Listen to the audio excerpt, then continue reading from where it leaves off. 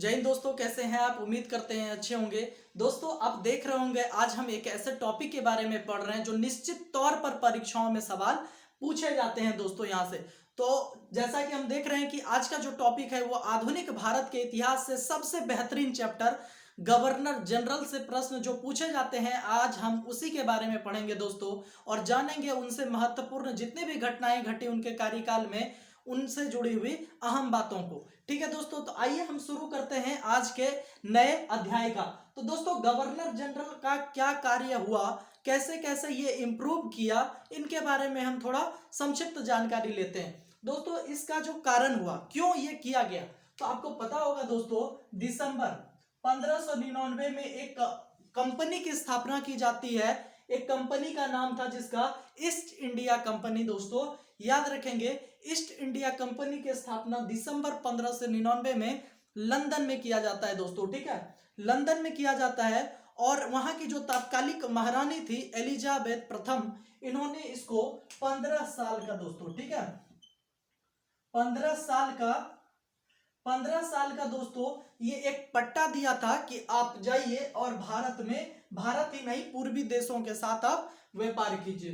तो हुआ क्या दोस्तों, ये एक सवाल और भी पूछा जाता है कि जिस समय ईस्ट इंडिया कंपनी की स्थापना हो रही थी उस समय भारत में मुगल शासक कौन थे। तो दोस्तों याद रखेंगे वो अकबर थे, अकबर, ठीक है अकबर। लेकिन दोस्तों ईस्ट इंडिया कंपनी जब आते हैं भारत तो ये मिलने के लिए तो अकबर से ही आ रहे थे, लेकिन दोस्तों आपको पता होगा कि यहाँ भारत में पहली बार एक अंग्रेज यात्री आए थे जिसका नाम था ये नाम जो है आपको पता होगा कि उनका नाम 1608 में दोस्तों 1608 में हॉकिंस नाम के एक व्यक्ति आए थे 1608 में, जो कि वो जहांगीर से मिले थे दोस्तों। कारण यही था कि वो आए थे वास्तव में अकबर से ही मिलने, लेकिन अकबर की मृत्यु पहले ही हो जाती है जिसके कारण उनके पुत्र जहांगीर से उनका मिलना हुआ था और मिल के उन्होंने काफी व्यापारिक एकाधिकार को भी प्राप्त किया था, जो हम लोग आगे और भी चीजों को इसमें पढ़ेंगे। इसी में हम लोग देखे थे, जानेंगे कि कैसे उन्होंने व्यापारिक फरमान के चलते इन्होंने सूरत और मसूलीपट्टनम में जो है एक फैक्ट्री की स्थापना की। फैक्ट्री नहीं कह सकते हैं, माल को जहां पर एकत्रित किया जाता था उनकी संज्ञा फैक्ट्री से की जाती थी। तो उन सभी चीजों के बारे में यहाँ सीखेंगे। तो वैसे ही किया गया था। तो दोस्तों हुआ क्या, जब धीरे धीरे ईस्ट इंडिया कंपनी जब व्यापार पूरा करने लगी तो बोर्ड ऑफ कंट्रोल जो थे, बोर्ड ऑफ डायरेक्टर जो लंदन में थे, उनको लगा कि इनको ईस्ट इंडिया कंपनी को कंट्रोल करने के लिए जब इन्होंने राजनीतिक क्षेत्र में हिस्सा लेने लगे तो वहां से कंट्रोल करने के लिए इन्होंने एक प्रशासनिक अधिकारी का चयन किया जिसका नाम था दोस्तों गवर्नर। गवर्नर, ठीक है याद रखेंगे गवर्नर। तो इसी संदर्भ में दोस्तों गवर्नर की नियुक्ति की गई और ये सबसे पहले दोस्तों आपको पता होगा कि ये सबसे पहले जो है, याद रखेंगे सबसे पहले ये जो है ये बनाया गया था। याद रखेंगे यहाँ पर महाराष्ट्र, यहाँ पर जो है बंगाल और यहाँ जो है इन मैप के माध्यम से समझते हैं। तो ऐसे दोस्तों मोटा मोटी समझिए कि यहाँ पर जो है मद्रास प्रेसिडेंसी था, यहाँ पर इनका मद्रास प्रेसिडेंसी था और यहाँ पर जो है ये आपका हो गया ये दोस्तों बंगाल। तो ये हो गया बंबई प्रेसिडेंसी, ये हो गया मद्रास प्रेसिडेंसी और ये हो गया बंगाल। तो इन तीनों में सबसे ज्यादा जो महत्वपूर्ण था दोस्तों वो था बंगाल प्रेसिडेंसी। कारण ये था कि ये काफी उपजाऊ वाली भूमि थी और ज्यादा यहाँ से उनको क्षेत्र प्राप्त होता था और जो है दोस्तों यहाँ पर ज्यादा उनको टैक्स भी मिलती थी और ये क्षेत्र काफी जो है एक सोने की थैली के तरह अंग्रेज इनको देखते थे और उनको लगा कि इन तीनों प्रेसिडेंसी में सबसे ज्यादा हमको प्रॉफिट यही होने वाला है। इसीलिए बोर्ड ऑफ कंट्रोल ने सबसे पहले बंगाल में ही अपना एक गवर्नर को नियुक्त किया और इन दोनों को जो है इन दोनों को इसके अधीन कर दिया दोस्तों। ठीक है, मद्रास और जो ये बंबई था, इन दोनों प्रेसिडेंसी को बंगाल प्रेसिडेंसी के तहत अधीन कर दिया गया, मतलब उन्हीं के कंट्रोल में कर दिया गया। तो आइए दोस्तों आप जानते हैं गवर्नर के बारे में। इसी क्रम में दोस्तों एक पहले गवर्नर को नियुक्त किया गया जिसका नाम था दोस्तों वारन हेस्टिंग। ठीक है याद रखेंगे, सॉरी वारन हेस्टिंग नहीं, रॉबर्ट क्लाइव, सॉरी दोस्तों रॉबर्ट क्लाइव, याद रखेंगे रॉबर्ट क्लाइव। तो कुछ गवर्नर जनरल से जो बार बार पूछे जाते हैं और शब्दों में जो हम फंस जाते हैं, आज हम उसी चीज को पहले क्लियर कर लेते हैं। तो कौन गवर्नर हुए, कौन भारत के पहले गवर्नर हुए, कौन जो है बंगाल के पहले हुए, कौन बंगाल के प्रथम गवर्नर जनरल हुए, कौन भारत के गवर्नर पहले हुए, कौन वायसराय पहले हुए, तो इन सभी चीजों को हम लोग जानने का प्रयास एक ही जगह कर लेते हैं दोस्तों पहले ही। तो दोस्तों बंगाल के संदर्भ में देखें तो बंगाल के संदर्भ में बंगाल का अगर पहला गवर्नर पूछ ले तो हम लोग अभी तुरंत जाने रॉबर्ट क्लाइव। रॉबर्ट क्लाइव याद रखेंगे, रॉबर्ट क्लाइव बंगाल का पहला गवर्नर था। अगर पूछ ले बंगाल का first governor general, governor general, तो याद रखेंगे ये थे वारेन हेस्टिंग, वारेन हेस्टिंग, ठीक है, याद रखेंगे वारेन हेस्टिंग। और अगर पूछ ले भारत का प्रथम गवर्नर, ठीक है, भारत का फर्स्ट गवर्नर जनरल, तो याद रखेंगे विलियम बेंटिंक, विलियम बेंटिक, ठीक है, याद रखेंगे विलियम बेंटिक जो थे वो भारत के पहले गवर्नर थे। और पूछ लिया जाए अगर भारत के पहले वाइसराय कौन थे, तो याद रखेंगे भारत के फर्स्ट वाइसराय, वाइसराय, तो वाइसराय जो थे वो थे Canning, Lord Canning, Lord Canning दोस्तों, ठीक है, याद रखेंगे लॉर्ड कैनिंग भारत के पहले वाइसराय थे। और अगर पूछ लिया जाए कि भारत के स्वतंत्र भारत के, याद रखेंगे स्वतंत्र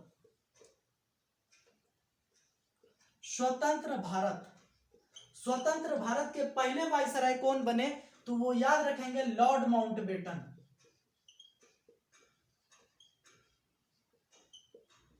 लॉर्ड माउंटबेटन। और याद रखेंगे इसी कड़ी में कि स्वतंत्र भारत के प्रथम भारतीय और अंतिम भारतीय गवर्नर कौन बने, तो सी राजगोपालचारी, फर्स्ट भारतीय, याद रखेंगे फर्स्ट भारतीय सी राजगोपालचारी, याद रखेंगे सी राजगोपालाचारी, ठीक है दोस्तों, सी राजगोपालाचारी, जिनको कि भारत रत्न, पहला भारत रत्न 1954 में इसको दिया गया था दोस्तों। और ये भारत के पहले और अंतिम गवर्नर जनरल बने थे। और इसके बाद ही दोस्तों जैसे ही ये बने, बाद में 1950 में हमारा एक गणतंत्र बना, जैसे कि संविधान लागू हो गया, तो वो दोस्तों ये पद को समाप्त कर दिया गया और यहां से हमारा संविधान लागू हो गया। और संवैधानिक प्रधान, सबसे पहला जो प्रधान बनाया गया वो राष्ट्रपति किया गया, ठीक है दोस्तों, राष्ट्रपति किया गया। और हमारे देश को दोस्तों लोकतंत्र का दर्जा मिल गया और हम एक लोकतांत्रिक देश बन गए दोस्तों। तो इन चार्ट को आप याद रखेंगे। बंगाल का पहला गवर्नर जनरल कौन, तो रॉबर्ट क्लाइव। बंगाल का पहला गवर्नर जनरल कौन, तो वारेन हेस्टिंग। बंगाल का पहला गवर्नर कौन, तो ये रॉबर्ट क्लाइव। बंगाल का पहला गवर्नर जनरल कौन, तो वारेन हेस्टिंग। भारत का पहला गवर्नर जनरल कौन, तो लॉर्ड विलियम बेंटिक। भारत का प्रथम वाइसराय कौन, तो लॉर्ड कैनिंग। और स्वतंत्र भारत का प्रथम वाइसराय कौन, तो लॉर्ड माउंटबेटन। और स्वतंत्र भारत का प्रथम भारतीय और अंतिम भारतीय कौन बने, तो सी राजगोपालाचारी। तो दोस्तों इतना चीज आप इसमें याद रख सकते हैं दोस्तों, ठीक है, ये काफी महत्वपूर्ण है। इन शब्दों के कारण ये उलझाने का प्रयास किया जाता है। तो दोस्तों इन शब्दों को बहुत ही बारीक से देखेंगे और समझने का प्रयास करेंगे दोस्तों, ठीक है। तो आइए अब हम शुरू करते हैं गवर्नर के बारे में।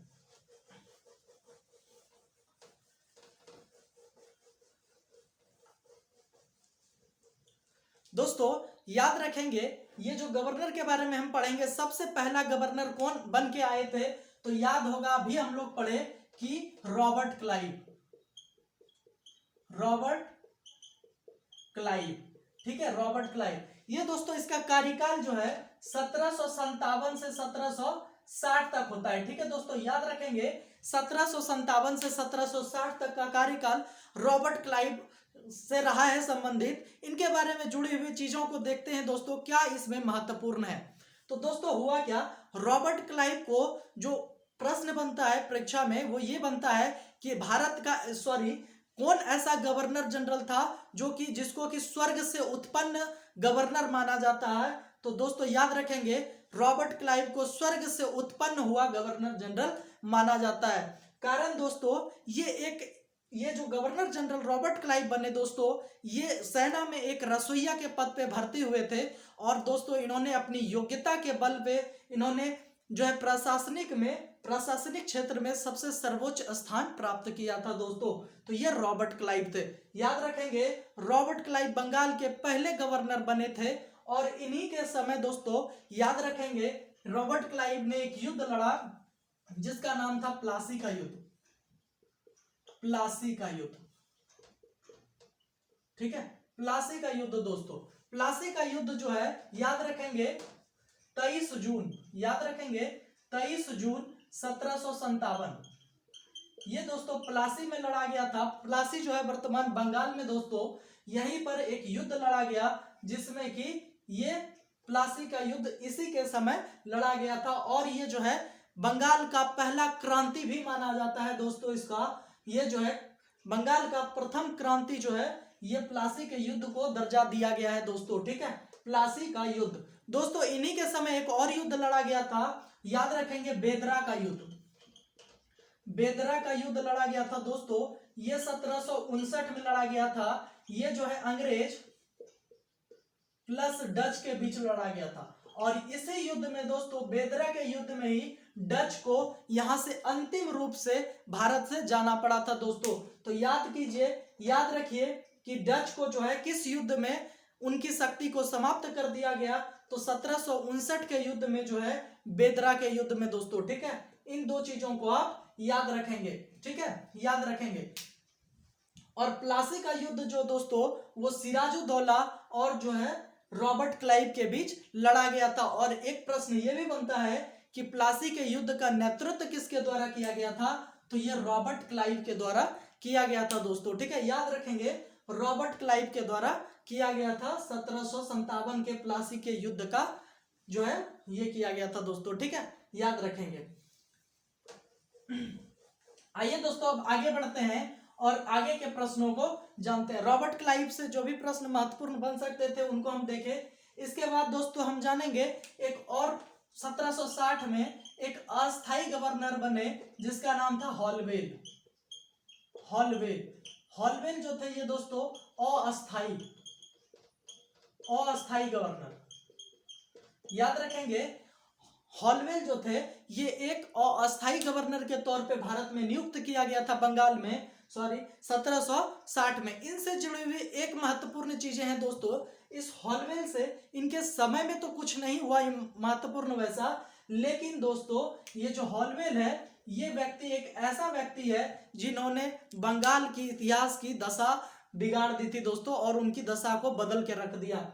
ये दोस्तों हॉलवेल जो है, हॉलवेल ने क्या किया, सिराजुद्दौला जो बंगाल का एक नवाब हुआ करता था, सिराजुद्दौला के समय सिराजुद्दौला ने विलियम जो वहां का ये विलियम का किला था, विलियम फोर्ट का जो किला है, उसी किला से दोस्तों अंग्रेजी जो ईस्ट इंडिया कंपनी के जो सैनिक थे जो अत्याचार कर रहे थे उनको दोस्तों पकड़ा गया और एक कमरा बनाया गया दोस्तों, ठीक है, एक कमरा बनाया गया जिसमें कि 18 बाई 14 का, ठीक है, 18 बाई 14 का 18 फीट और 14 फीट लंबाई चौड़ाई का एक कमरा लिया और उस कमरे में दोस्तों 146, ठीक है, याद रखेंगे 146 अंग्रेजों को उनमें बंद कर दिया गया दोस्तों, ठीक है, 146 को बंद कर दिया गया और पूरी रात छोड़ दिया गया। और कहा जाता है कि अगले सुबह जब खोला गया तो मात्र इसमें 23 ही अंग्रेज सिपाही बचे थे और सभी के सभी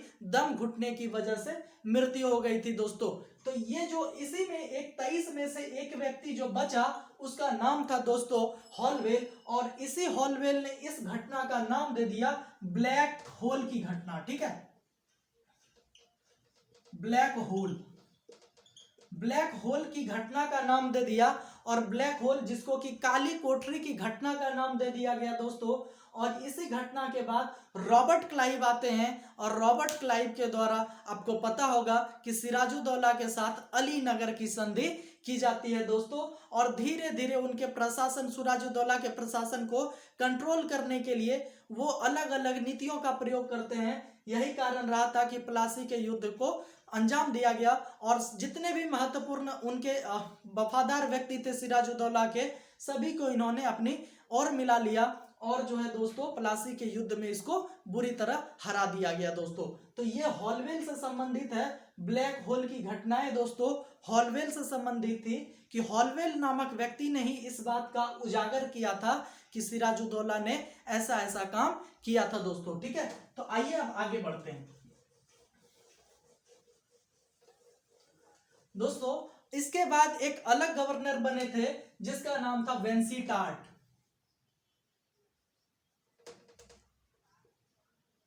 वेंसीटार्ट याद है, वेंसीटार्ट। ठीक है दोस्तों, वेंसीटार्ट जो है ये अलग गवर्नर हॉलवेल के बाद बनाए गए। और वेंसीटार्ट से संबंधित दोस्तों दो प्रश्न काफी इंपॉर्टेंट है कि वेंसीटार्ट के समय पूछा जाता है कि बक्सर का युद्ध जब हो रहा था तो उस समय बंगाल का गवर्नर कौन था। तो दोस्तों बक्सर के युद्ध के समय, बक्सर के युद्ध के समय दोस्तों ये जो है वेंसीटार्ट भारत के बंगाल के गवर्नर थे। और वेंसीटार्ट के ही समय बंगाल का ये बक्सर का युद्ध हुआ था, जो दोस्तों आपको पता होगा 1764 में हुआ था।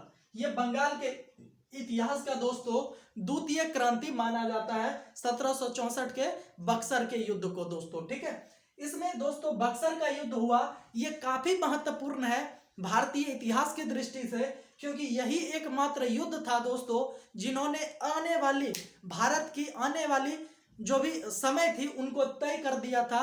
क्योंकि उस समय का दोस्तों इसमें तात्कालिक जितने भी शक्तिशाली भारत के उस समय के जो सबसे शक्तिशाली जो सम्राट थे मुगल के, वो भी इस युद्ध में भाग लिए और उनको भी इस युद्ध में मुंह की खानी पड़ी और वो भी हार गए थे दोस्तों।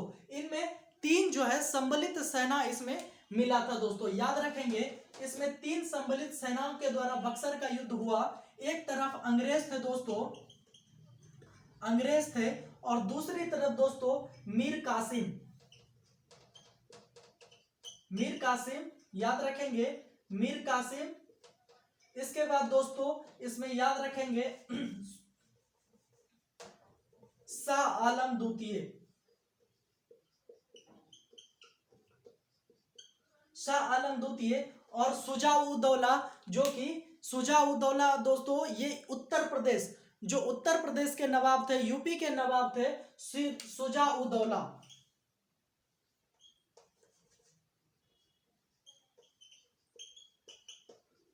याद रखेंगे शुजा-उद-दौला, शाह आलम द्वितीय, मीर कासिम और शुजा-उद-दौला। तो ये दोस्तों ये बंगाल के गवर्नर थे, बंगाल के नवाब थे मीर कासिम तत्कालीन, और शाह आलम द्वितीय जो थे दोस्तों ये उस समय के मुगल सम्राट थे, और शुजा-उद-दौला ये अवध के नवाब थे दोस्तों।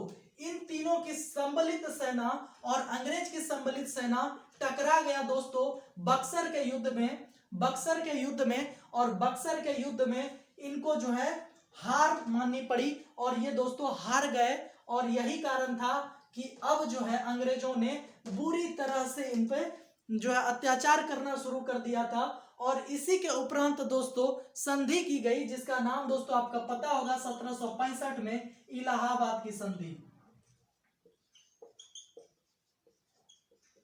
इलाहाबाद की संधि। ठीक है, इलाहाबाद की संधि दोस्तों की गई 1765 में, जिसमें कि शाह आलम द्वितीय से किया गया और शुजा-उद-दौला से किया गया था दोस्तों। ये दो संधि किया गया था इलाहाबाद की संधि दोस्तों, जिसमें कि शाह आलम द्वितीय और शुजा-उद-दौला से काफी चीजों का जो है प्रयोग, इनको जो है ये कहा गया कि हम आपको 26 लाख रुपए जो है वो हम आपको पेंशन की सुविधा देंगे। और शुजा-उद-दौला से दोस्तों अवध का क्षेत्र लिया गया था, जिसमें कि कड़ा का भी क्षेत्र था, जिसमें टैक्स वसूलने के लिए इसका प्रयोग किया गया था दोस्तों। तो यही दोस्तों एक ऐसा युद्ध था जो कि भारत की पूरी दिशा को इन्होंने निर्धारित कर दिया। और कहा जाता है कि ईस्ट इंडिया कंपनी का वास्तविक स्थापना अगर हुई तो ये बक्सर के युद्ध में हुई दोस्तों। प्लासी का युद्ध तो एक ऐसे ही था, उसमें भी तो अगर प्लासी के युद्ध में हार जाते अंग्रेज तो कहीं ना कहीं इनमें ये निश्चित तौर पर हारते, क्योंकि जो है उनकी मनोबल टूट गई रहती।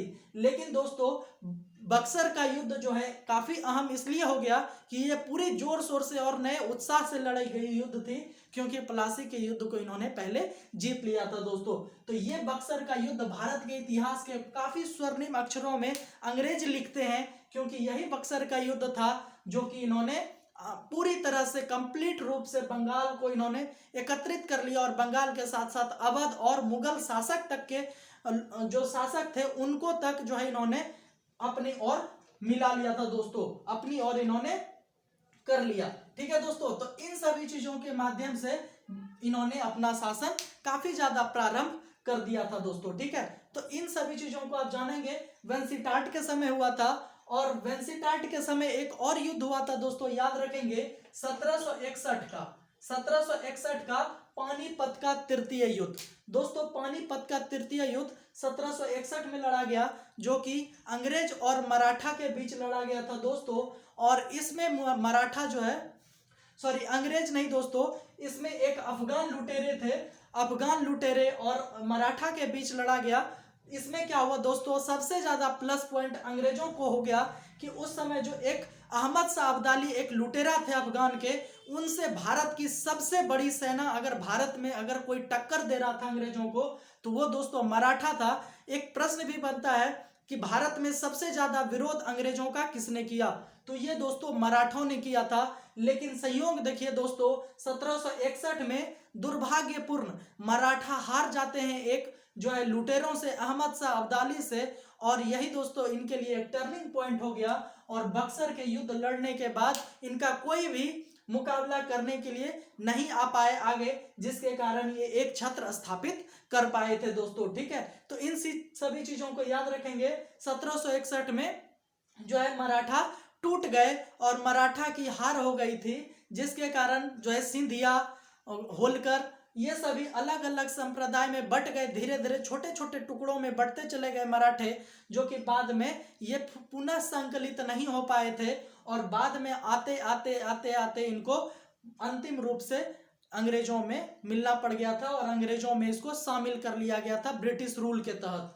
तो दोस्तों याद रखिएगा, पानीपत का 3 युद्ध लड़ा गया था। सबसे पहले याद रखेंगे 1526 में दोस्तों ये जो है बाबर और इब्राहिम लोदी के बीच लड़ा गया, और ये युद्ध दोस्तों इब्राहिम लोदी हार गया था, और यहीं पर मुगल काल की स्थापना की गई। मुगल साम्राज्य की स्थापना बाबर के द्वारा किया गया था 1526 में दोस्तों। ठीक है, इसके बाद दोस्तों दूसरा जो युद्ध हुआ वो 1556 में हुआ था। 1556 में दोस्तों अकबर का एक सेनापति बैरम खान था, और हेमू एक जो हिंदू छत्र छाया के तहत जो है कहा जाता है कि अंतिम हिंदू शासक थे, जो कि विक्रमादित्य 14वां जिनकी उपाधि थी, उनको इन्होंने हरा दिया बैरम खान ने। और कहीं कहीं मिलता है कि अकबर और हेमू के बीच द्वितीय जो है पानीपत की लड़ाई लड़ी गई थी 1556 में, और पानीपत दोस्तों हरियाणा में है, याद रखिएगा।